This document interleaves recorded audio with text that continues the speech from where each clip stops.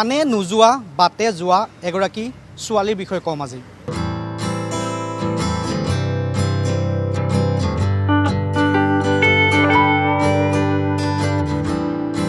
মই এই যিখন দোকানৰ সন্মুখত ৰখি আছোঁ, এই দোকানখনৰ নাম হৈছে ৰিদ্ধি লিটিল কুক হাউচ। আৰু এই ৰিদ্ধি লিটিল কুক হাউচখনৰ যিগৰাকী অ'নাৰ হয় তেওঁ এগৰাকী মাষ্টাৰ্ছ ডিগ্ৰীধাৰী এগৰাকী যুৱতী। ছ'চিয়লজিত মাষ্টাৰ কৰাৰ পাছতো এনেকৈ এখন দোকান খুলিছে। আৰু এই দোকানখন দেখুওৱাৰ অন্য এটা কাৰণ হৈছে এই দোকানখনৰ সন্মুখত আপোনালোকে দেখিলে মন কৰিব যে একাংশ কুকুৰ শুই আছে আৰু তেওঁলোকৰ কাৰণে এইদৰেই পাত্ৰ ৰখা হৈছে য'ত পানী থাকে, খাদ্য থাকে। বহুলোকে বহু কাম কৰে, গুৱাহাটীত বহু দোকান পোহাৰ আছে, কিন্তু এই দোকানখন ব্যতিক্ৰম এই কাৰণেই যে তেওঁ নিজৰ ব্যৱসায় চলাৰ লগতে এই দোকানখনৰ সন্মুখত যিসকল কুকুৰ আহে বা জীৱ জন্তু আহে তেওঁলোকক খোৱাৰ তেওঁ যোগাৰ কৰে। আমি ভিতৰলৈ সোমাই যাম, তেওঁলোকৰ কথা পাতিম। এয়া হৈছে ৰিদ্ধি বৰুৱা। ৰিদ্ধি বৰুৱা, যদি তেওঁ শিক্ষাগত অৰ্হতাৰ কথা কওঁ, তেওঁ ছ'চিয়লজিত মাষ্টাৰ ডিগ্ৰী লাভ কৰিছে। কিন্তু তাৰ পাছতো ৰিদ্ধি বৰুৱাই এইদৰে গুৱাহাটীত এখন দোকান খুলি তেওঁ নিজকে স্বাৱলম্বী কৰাৰ চেষ্টা কৰিছে। প্ৰথম সুধো, মাষ্টাৰ ডিগ্ৰী লাভ কৰিলে বহু যুৱক যুৱতী বা বহুলোকে মাষ্টাৰ ডিগ্ৰী লাভ কৰাৰ পাছত ভাবিব হয়তো তেওঁ এটা চাকৰি কৰিব বা বিভিন্ন প্ৰতিষ্ঠানত কাম কৰিব, কিন্তু তাৰ পাছতো আপুনি এইদৰে নিজেই এনে এটা পদক্ষেপ গ্ৰহণ কৰিছে। মানে এইকাৰণে সুধিছোঁ, আপুনি মাষ্টাৰ ডিগ্ৰী লাভ কৰাৰ পাছত এনে এটা দোকান দিম বুলি যে যিটো ভাবিলে, সেইকাৰণে সুধিছোঁ।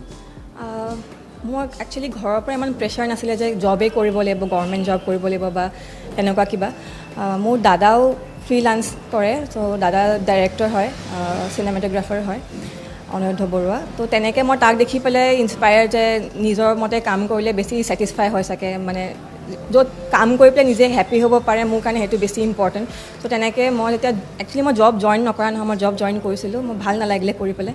তো সেই 9 to 5 জবৰ কাৰণে চাগে মই নহয়, লাগিলে মই এতিয়া এনেকুৱা হৈ যায় কি মই ৰাতিপুৱা 9টা বজাৰ পৰা মোৰ ষ্টাৰ্টেই হৈ যায় কাম, তো ৰাতি 10:30, 12টা, 11টা এনেকুৱা বাজি যায়। তো 9 to 5তকৈ বেছিয়ে কাম কৰি আছোঁ মই, কিন্তু ষ্টিল মই হেপ্পী হয় যে মই নিজৰ কাৰণে কাম কৰি আছোঁ। চ' সেই ছেটিছফেকশ্যনটো আছে চাগে, সেইকাৰণে মই বেছিকৈ কষ্ট কৰিব পাৰিছোঁ। এটা কথা সুধোঁ, আপুনি মাষ্টাৰ ডিগ্ৰী লাভ কৰিছে, যথেষ্ট উচ্চ শিক্ষা আপুনি গ্ৰহণ কৰিলে। এই যে কামটো আপুনি কৰিছে, দোকান দিছে, আপুনি বেলেগৰ কাৰণে ৰান্ধিছে, তেওঁলোকক খুৱাইছে, এই কামটো কৰোঁতে বহুলোকে আপোনাক এনেধৰণৰ কোৱা নাই যে এইবোৰ পঢ়ি শুনি এইবোৰ কাম কৰিছে? নাই, মই ভাবোঁ এইটো একো লাজৰ কাম কৰা নাই। লাজৰ কাম বুলি কোৱা নাই, আমাৰ বেলেগৰ দৃষ্টিৰ কথা কৈছোঁ। নাই, মই এজ এ চেফ মই বম্বেটো কাম কৰি আছিলোঁ। দেন তাতে যেতিয়া মই ৰেষ্টুৰেণ্টত কাম কৰি আছিলোঁ, তেতিয়া মোৰ সদায় সপোন আছিলে কি মই নিজৰ কাৰণে নিজৰ এখন সৰুকৈ হ'লেও ৰেষ্টুৰেণ্ট খুলিম বুলি। তেতিয়া মই ক'ভিড আহিলে, ক'ভিডৰ পিছত মই একচুৱেলি ঘূৰি আহিলোঁ অসমলৈ।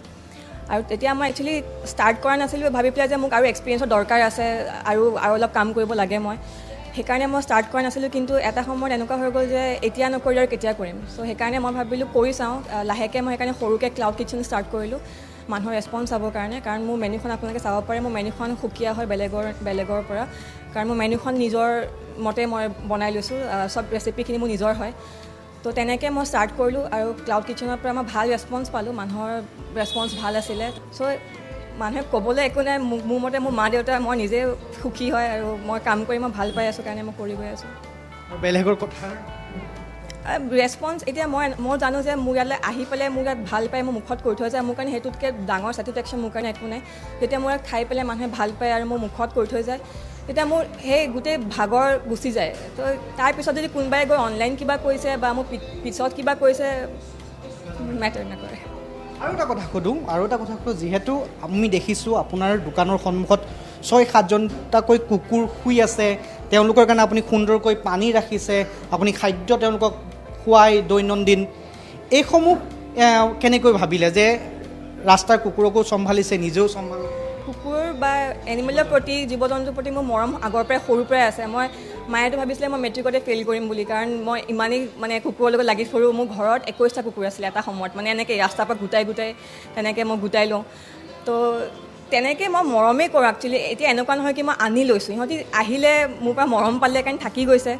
আৰু যেতিয়া মই দোকানখন বনাই আছোঁ তেতিয়াৰ পৰাই সিহঁতি মোৰ লগত আছে তেতিয়াৰ পৰা মই যিমান গৰমত মই থিয় হৈ থাকোঁ তাহাঁতি মোৰ লগতে থাকে চ' তেতিয়া মই তেনেকৈয়ে এটা দুটাকৈ খানা দিওঁ বিস্কুট দিওঁ পানী দিওঁ তো এতিয়া তাহাঁতি মই একচুৱেলি মই অহাৰ লগে লগে ক'ৰ পৰা নাজানো একদম পূৰা একদম জেগাত হাজিৰ হৈ যায় মই নোযোৱালৈকে ইয়াতে থাকে আৰু মই মানে ৰেষ্টুৰেণ্ট মোৰ বন্ধ টাইমিং হৈছে 9:30 এতিয়া নাথাকিবও পাৰে বাট একজেক্ট 9:30 তাহাঁতি ক'ৰবাৰ পৰা আহি যায় আহি পেলাই একদম পূৰা ইয়াৰ দোকানৰ মুখত ৰখি থাকিব ৰেষ্টুৰেণ্টৰ মুখত ৰখি থাকিব মানে গম পাইলোঁ মানে এতিয়া আমাৰ টাইম এতিয়ালৈকে এতিয়া আমাৰ টাইম এই কুকুৰসমূহ যিহেতু আপোনাৰ দোকানৰ সন্মুখতে ৰখি থাকে যিটো আপোনাৰ কাষ্টমাৰ আহে তেওঁলোকৰ পৰা কিবা কমপ্লেইন পায় বা তেনেকুৱা নাই আজিলৈকে কমপ্লেইনটো পোৱা নাই বাৰু উল্টা ভালেই পায় যে মোক একচুৱেলি মানুহে খাবলৈ তাহাঁতৰ কাৰণে দি থৈ যায় লাষ্টত মই ক'ব লগা হয় প্লিজ আৰু নিদিবৰ কাৰণে মোৰ গাড়ীত জেগা নাইকিয়া হৈ গৈছে মই গাড়ী লৈ আহোঁ আৰু ডিকিত মোৰ এতিয়াও 20 কেজিমান কুকুৰৰ খানা আছে এতিয়া মই কওঁ 5টা কুকুৰে ইমানটো খাব নোৱাৰে চ' মই ৰাস্তাত যাওঁতে যিমান পাওঁ দি যাওঁ কুকুৰে চুকুৰে যেনেকৈ পাওঁ আৰু এয়া হৈছে ঋদ্ধি বৰুৱা যিগৰাকী যুৱতী শিক্ষিত হৈও নিজৰ স্বাৱলম্বীৰ কাৰণে নিজকে গঠনমূলক ব্যৱস্থাৰ জৰিয়তে এইদৰে এখন দোকান খুলি গুৱাহাটীৰ মাজমজিত এখন দোকান খুলি তেওঁ সুন্দৰকৈ পৰিচালনা কৰিছে সকলো কাম অকলেই কৰে বনোৱাৰ পৰা তেওঁ গ্ৰাহকক ছাৰ্ভ কৰালৈকে সকলো কাম কৰে আৰু লগতে যি এক তেওঁ সুন্দৰ প্ৰচেষ্টা কৰিছে যে ৰাস্তাৰ সন্মুখৰ বা পদপথত যিসমূহ কুকুৰ ঘূৰি ফুৰে সেই কুকুৰসমূহ দৌৰি আহে যেতিয়া তেওঁ এই চাটাৰখন অন কৰে আৰু তাৰ কাৰণে তেওঁ সন্মুখত পানীৰ বাউল ৰাখে তেওঁ খাদ্যৰ সামগ্ৰী ৰাখে খুব এক সুন্দৰ পদক্ষেপ তেওঁ নিজেও কৰিছে আৰু এই যি পদক্ষেপ বহু যুৱক যুৱতীক অনুপ্ৰাণিত কৰিব